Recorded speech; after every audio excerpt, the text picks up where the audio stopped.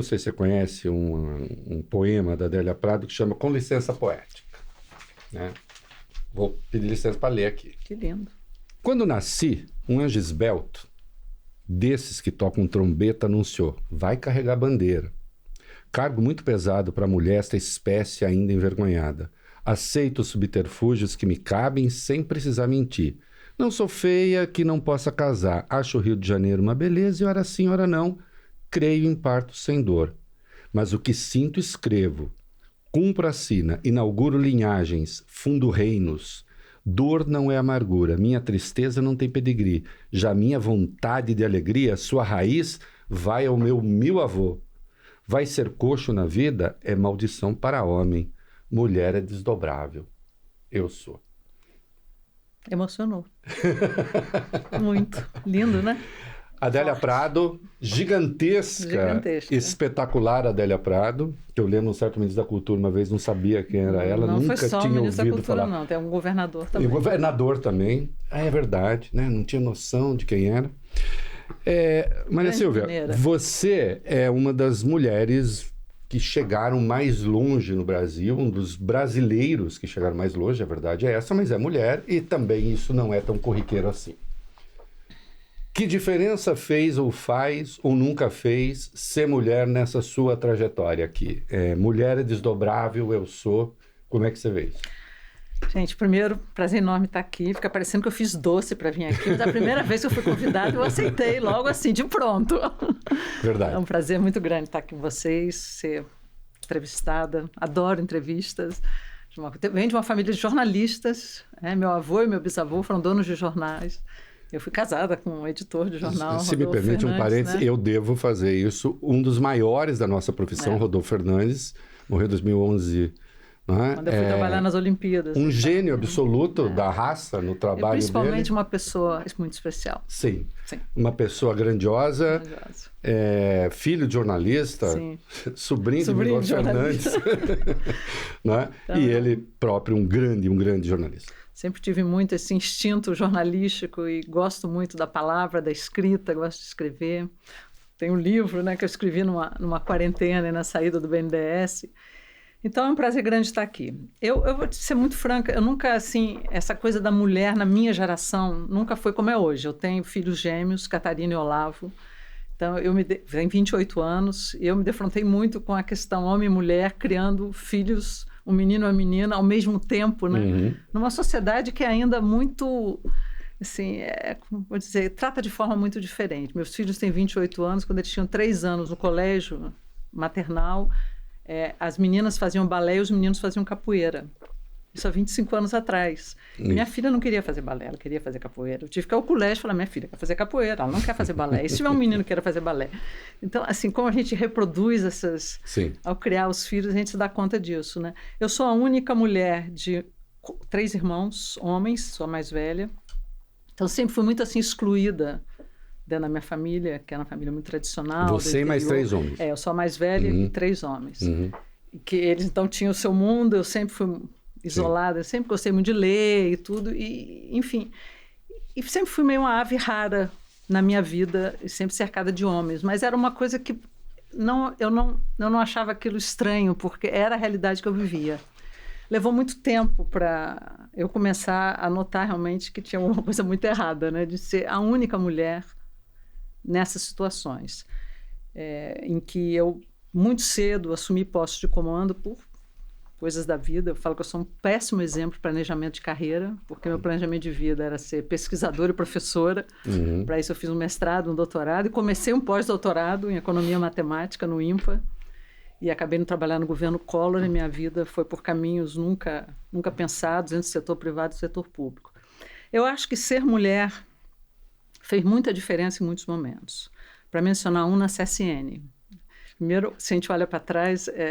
E eu falo isso no livro porque até o editor gostou tanto, colocou logo na abertura. A primeira vez que eu fui à Volta Redonda, aqueles homens olhavam para mim e pensavam, o que essa mulher está fazendo aqui? E eu olhava para aqueles homens e pensava, o que eu estou fazendo aqui?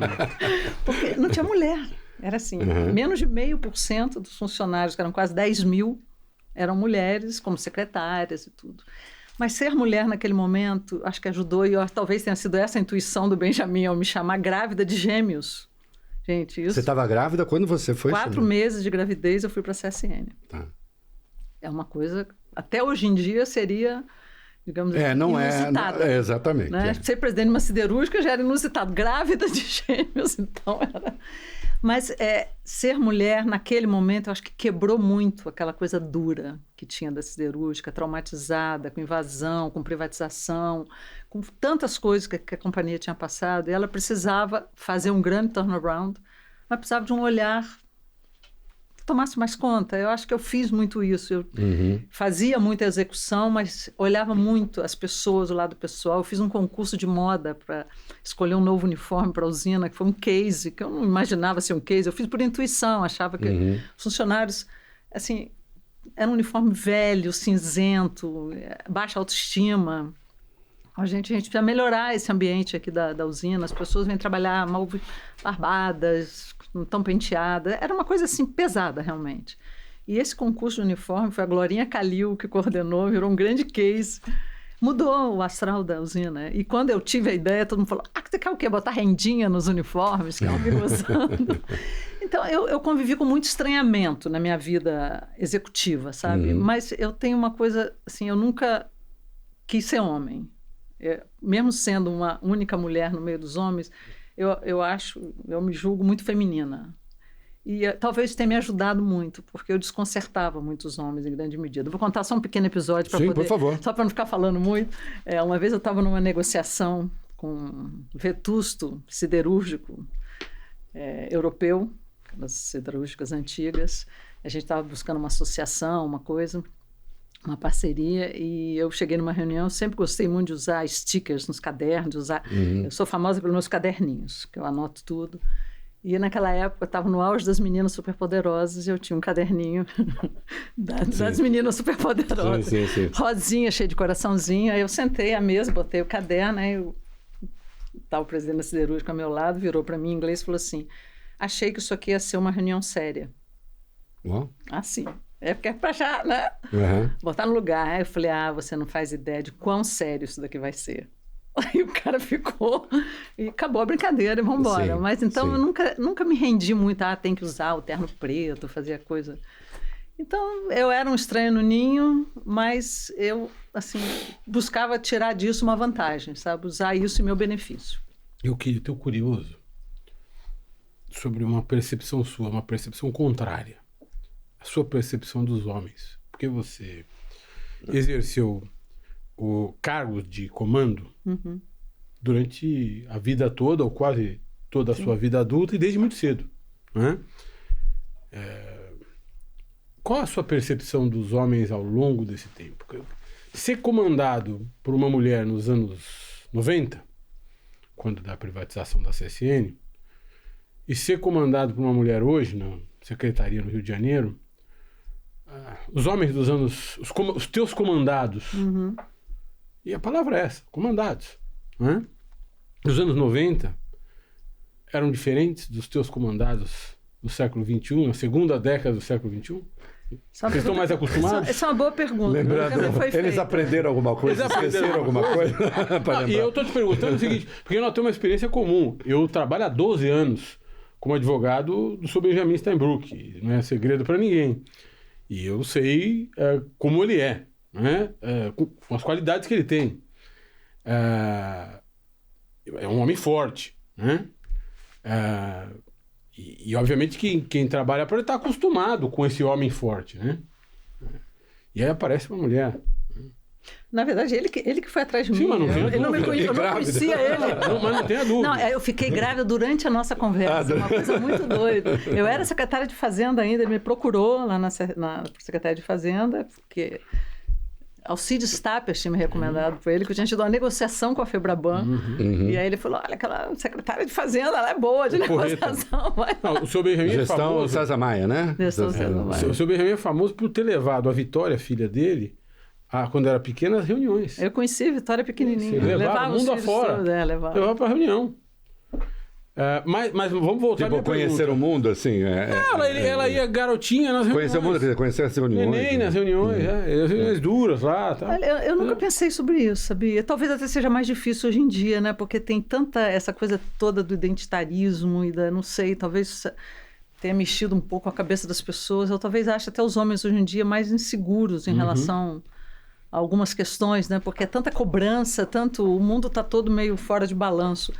Eu nunca vi essas pessoas como minhas comandadas, para falar a verdade. Eu tenho uma coisa que eu me orgulho muito, é que toda vez que eu assumo uma nova posição, vem uma avalanche de pessoas trabalhando comigo, querendo trabalhar de novo. Eu acho que isso, para mim, é o melhor currículo que existe. Sim. Mas é impressionante. E já manda assim, não sei nem o que você vai fazer, mas conta comigo na hora que você quiser, na hora que você precisar. Isso é muito legal, né? Quando eu aceitei ser presidente do BNDES, que foi num telefonema do presidente Temer, que o Henrique Meirelles tinha me indicado a ele, eu não conhecia o presidente, ele me convidou por telefone e eu aceitei na hora. Porque eu falei que se eu pensar, eu não vou, né? Então... desliguei o telefone, liguei para 4 pessoas e falei, acabei de aceitar, eu preciso de você, vou. Então, acho que isso é um bom cartão de visitas. Não quer dizer que eu não tenha tido problemas, tive. Até porque posto de comando, muitas vezes você se endurece muito, sabe? Que tem uma distinção entre ser grosso e ser duro. São coisas diferentes. Muitas vezes você precisa ser muito duro, precisa tomar decisões duras. Sim. E precisa ser duro. Mas tem que evitar ao máximo ser grosso, né? Isso é uma coisa que eu não tolero, principalmente com pessoas abaixo de você, que não podem se defender.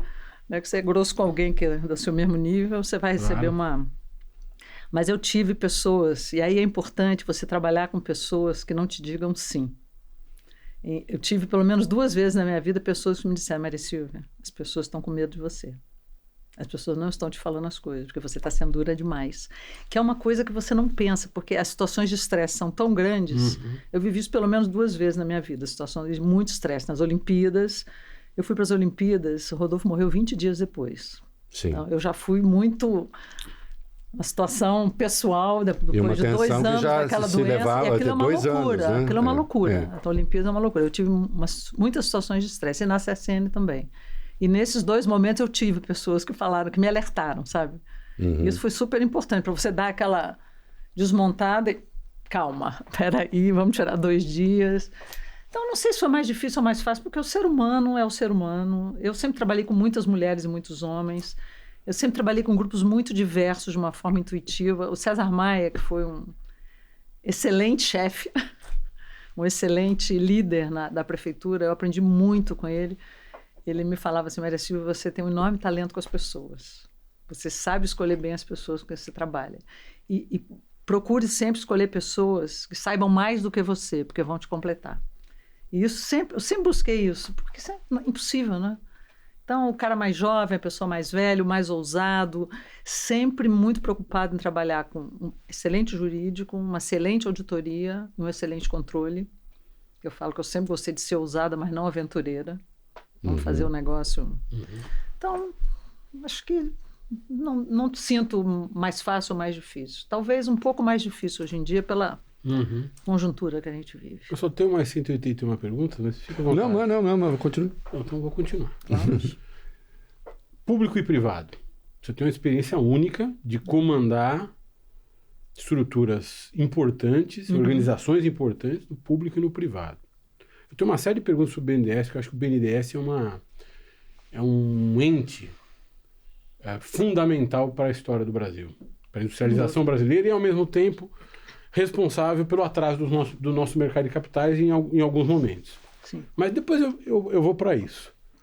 Vou para esse assunto que é muito importante. Né? Acho que é muito importante para a gente entender o Brasil atual e o Brasil dos últimos 20 ou 30 anos. Mas a minha pergunta para você é a seguinte. Organizações públicas e organizações privadas são diametralmente distintas. Sim. Né?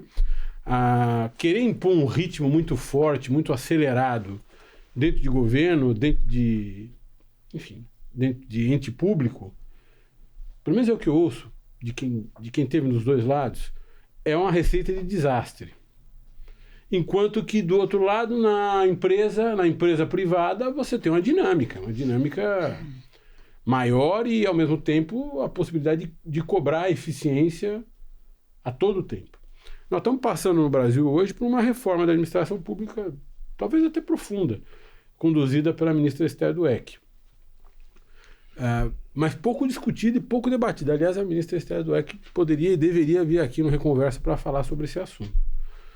Olhando as tuas experiências públicas e privadas, quais são as distinções, quais são as diferenças e o que é que você, se pudesse implementar uma reforma da administração pública para que o Estado funcionasse de uma maneira mais eficiente, atendesse o cidadão de uma maneira mais eficiente, o que você faria? Se tivesse poder para mudar a administração pública no país? É uma pergunta complexa. Vamos começar pelas diferenças e semelhanças, né? Bom, as governanças são bem diferentes, sabemos disso. No direito privado, se não está escrito que não pode... Pode. Pode. No direito público, tem que Só dizer que pode para você poder fazer. Voltando ao César Maia, depois que eu escrevi meu livro, eu cito muito César Maia, porque ele foi tão formador, assim, ele foi tão importante. Então, César Maia criou a Controladoria Geral do município do Rio de Janeiro. Foi na gestão dele que isso foi criado. Ele designou um controlador e um procurador do município para assistir a cada um dos secretários, mas não subordinado aos secretários, é subordinado ao controlador ou procurador-geral, mas trabalhando junto para ajudar a fazer as coisas da forma correta. Então, essas lições, para mim, sempre foram muito importantes. Eu acho que o ritmo depende muito dos processos, porque administrar é administrar processo e administrar pessoas. Então, você precisa entender os processos. E outra lição importante que ele me deu na vida, principalmente na vida pública, é assim, Maria Silvia, quem é honesto, em geral, sabe que está fazendo direito, não presta muita atenção no método, no processo, no setor público. No setor público é muito importante você documentar, fazer corretamente, seguir os processos. E essa lição para o setor privado vale também, sabe? São processos diferentes, são mais rápidos, menos rápidos, mas assim, numa empresa, mesmo uma empresa fechada hoje em dia, você tem um conselho de administração. Sim. Se é uma companhia aberta, você tem acionistas na bolsa. Então, você tem muitos stakeholders que você tem que prestar. A transparência, atualmente, é uma loucura, né? Eu me lembro, na época, comecei secretária de Fazenda lá com 32, 33 anos, quando conheci o prefeito, né? Sim. Eduardo Paes, que era o subprefeito da Barra Jacarepaguá, que foi também o César Maia que criou a subprefeitura. Isso foi um governo extremamente inovador, né?